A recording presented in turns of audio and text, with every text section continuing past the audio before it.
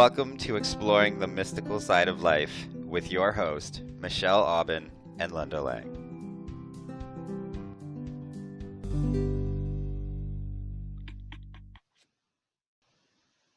Welcome to Exploring the Mystical Side of Life. I'm Michelle Aubin here with my co-host Linda Lang. Hi, Linda. Hi, Michelle. How are you this week? I'm great. How are you? I'm pretty good. It's spring here in the Northern Hemisphere, and that kind of new quality of the sunlight is really refreshing. It's been a long, cold winter for us, and not that it's warm, but it's just really nice to know that spring is on the doorstep. How about you? I'm noticing it too, and this weekend opened the windows a bit, and it's a little bit of spring cleaning, and love that change in light that you're noticing as well. I do feel like it has like a wake-up call, a little bit of a wake-up call, like, okay, let's get rebooted. Let's get into gear again and clear out the old, you know. Yeah, I did a little bit of spring cleaning too. Some things that, you don't even think about. Not that I'm a, compulsive cleaner by any stretch of the imagination, but just I kind of go in little spurts, and it feels so good when you clear out those old dust bunnies. Dust bunny, yeah, I too have never been known. That's not my claim to fame is, clean person. But what I've noticed is when I do get that energy and I do clear out a drawer or a corner or a room, it really is energizing, and it's its own motivation. So I can understand why people kind of promote the idea of keeping a clean house, not as a burden or a should, but when I do it, I'm always like looking around going, oh, it's great. The space is great. So, I'm in late in life becoming more oriented towards that. It's kind of funny. So, once upon a time, someone suggested to me that when you make your bed in the morning, something I always do, by the way, but when you do it, you're actually setting the energy for the day. So, it just made me think as you were talking about how, they say that our outer world reflects the inner world, and perhaps that's another way of doing your inner work is by keeping a, a tidy and proficient environment.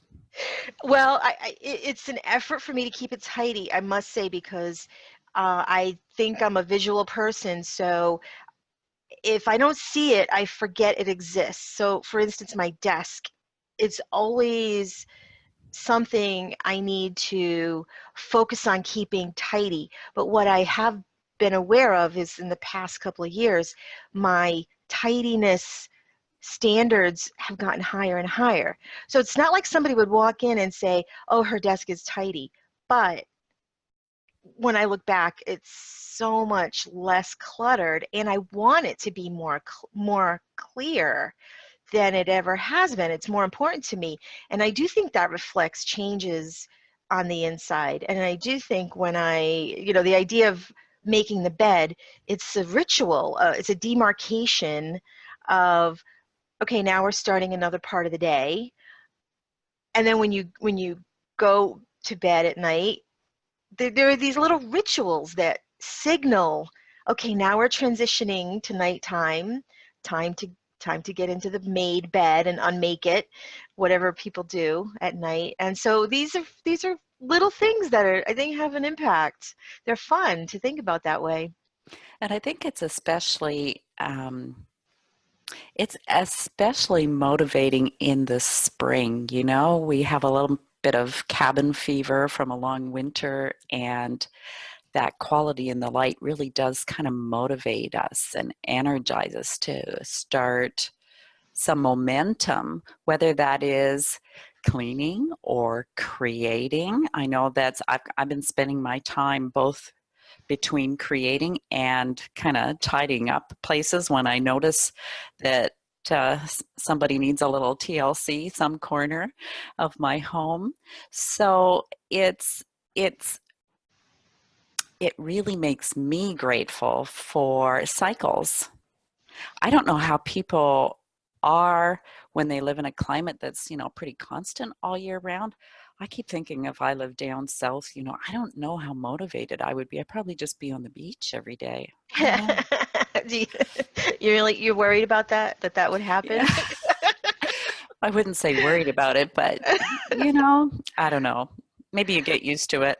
I know I live in a climate that has 4 seasons, and it is a marker of cycles. But I wonder if every climate has some cyclical element to it, like rainy season, dry season.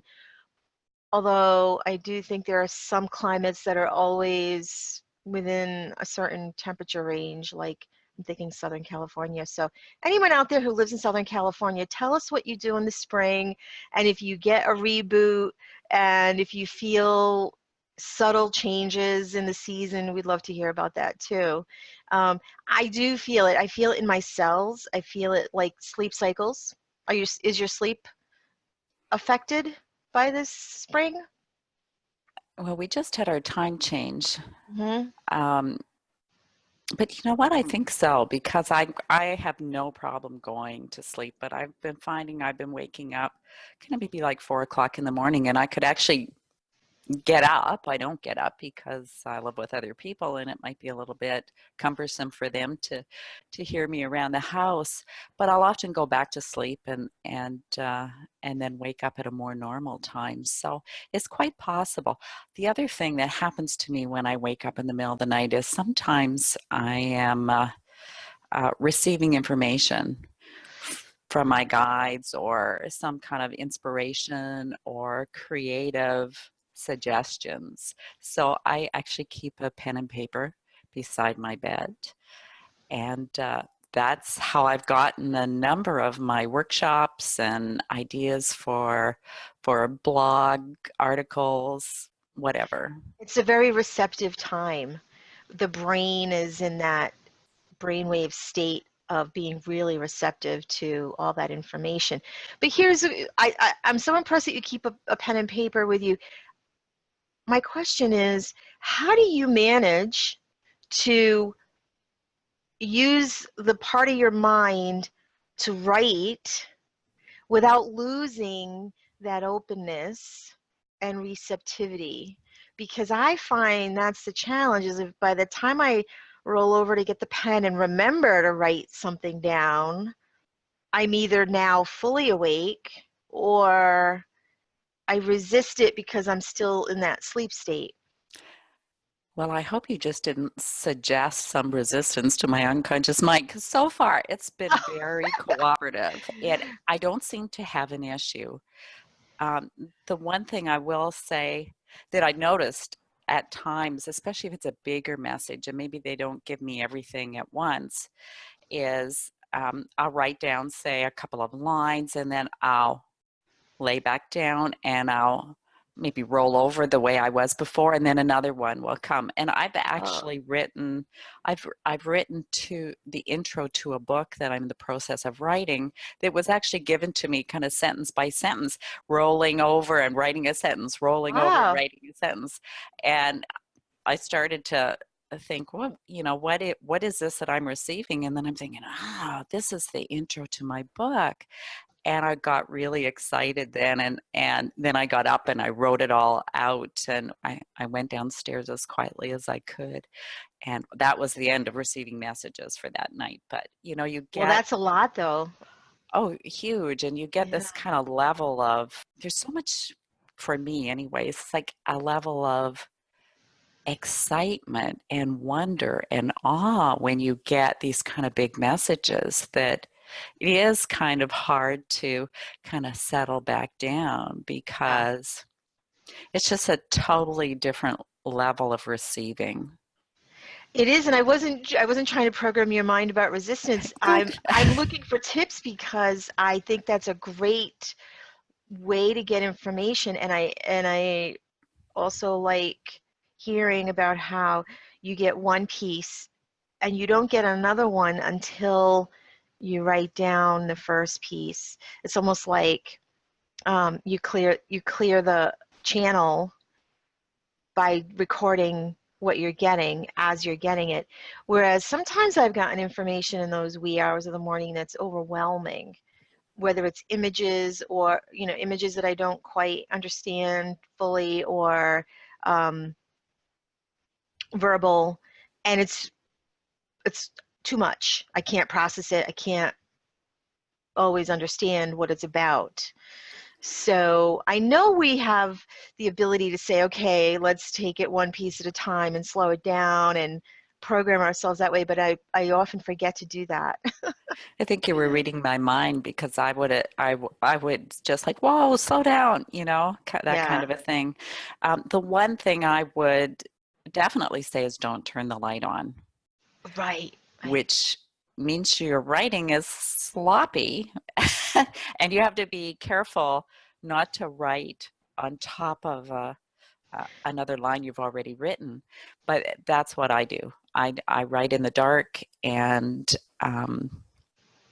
just let it be. And then And do you type out the notes in the morning? yes, You do, yes, yes, so that you can understand them. yeah, for sure. Because if I leave it too long, sometimes I can't read my own writing. Oh, I've been there. Yeah, yeah. Yeah. I find that time frame, because the unconscious mind is so close, right? It's so close. Yeah. Um, it's a really good time to do clearing work as well. So if the reason why I'm awake is because there's something going on in my life, then that's a great time for me to do my own healing work. And when you say clearing work, you mean releasing emotions, releasing thought patterns? Yeah, absolutely. And getting a little bit of insight into the structure of what's happening or what's involved, and then doing clearing work. I have a number of techniques I've been trained in that are very effective even for Mhm. self healing. So it's not interruptive to anyone else. I don't need another person that I can to mirror back. I'm not saying that everything that goes on in my life wouldn't benefit from some outside help, but in the middle of the night, when your unconscious mind is close to the surface, it is a great time to do some healing work or to get inspiration, right? Because your unconscious mind and your higher self, they have a really close connection. They communicate with each other, so that higher self messages can come through the unconscious mind to be made Right. more conscious, and it can go the other way as well. So it's a really powerful time, either way you look at it, whether you're healing or receiving creative inspiration. I know for me, there was a period of time where I had what I called insomnia issues. And if I woke up in the middle of the night, it would bother me because I would feel like I couldn't get back to sleep when I wanted to. And that led to a cycle. That's a resistance kind of thought pattern, which kind of feeds the insomnia, because then I wasn't relaxed because I was struggling with whatever cycles I was in. And it's interesting now to be in a place where if I wake up in the middle of the night, which happens often, like you, at 3 o'clock or 4 o'clock in the morning, I'm not in resistance, and I actually appreciate that in between state. So it's a matter of like becoming semi-conscious and going, oh, maybe there's some information here for me. And I just want to put that out there for people, because a lot of times if people wake up in the middle of the night, they feel like it's a problem. And if you're not sleep deprived chronically, then it's not really a problem. If you're chronically sleep deprived, then there might be something else going on. But it can be a gift of this doorway, of this kind of melding of two states of consciousness. So, It yeah. can very much be a gift, exactly. And if it's because there's something going on in your life that you're really struggling with, that's a little bit different story Mhm. than kind of what we're talking about here. And of course, there's healing work that can be done around that as well. And I think maybe the magic is like when you were telling your story about, going through a period of having insomnia, it's almost like, maybe you wake up a couple of nights in a row and you start to develop a story about it. And then before you know it, you've labeled yourself as having insomnia, and it becomes a big production. I know people who haven't slept well for years and years because, maybe it's a little bit self-induced because of the kind of TV shows or books they read before they go to bed. But there is that level of resistance, that when they wake up or if they can't even get to sleep, it's a real dance between the conscious mind and the unconscious mind, wouldn't you say? Yeah, it's a really interesting thing to think back on that time because my lifestyle habits were not conducive to balance my hormones and my states, my emotional states. So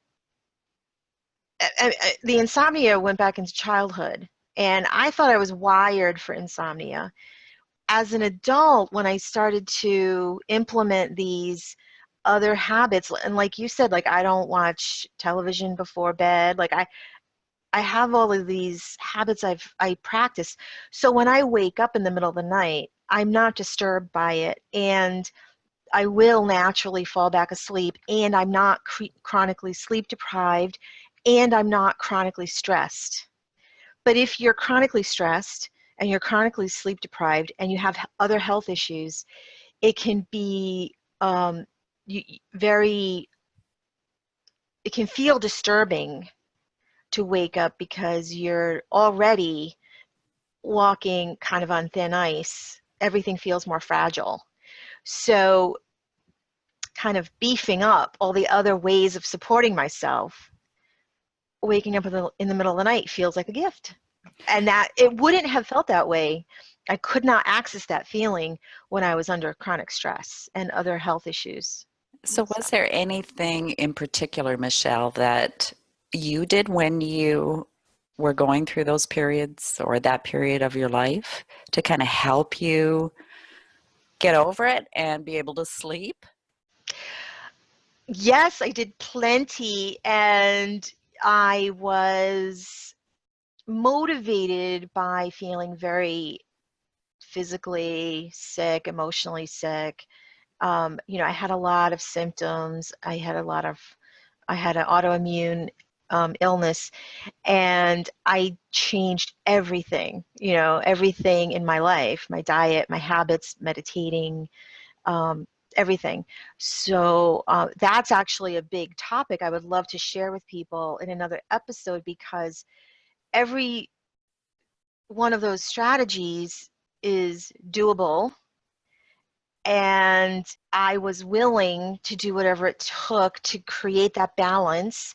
But it wasn't like moving mountains. It's just kind of common sense things that we're all told. We kind of pick up about managing our stress, but to actually do it and make changes and all of that. So everything was about balancing my hormones, balancing my stress response, and I just want to leave maybe this episode letting people know that if you're struggling, it's doable. There are strategies you can do that will calm your immune system and your stress nervous system um, rapidly, easily, quickly, and give you some relief. I think that would be a great topic for a future episode. Yeah.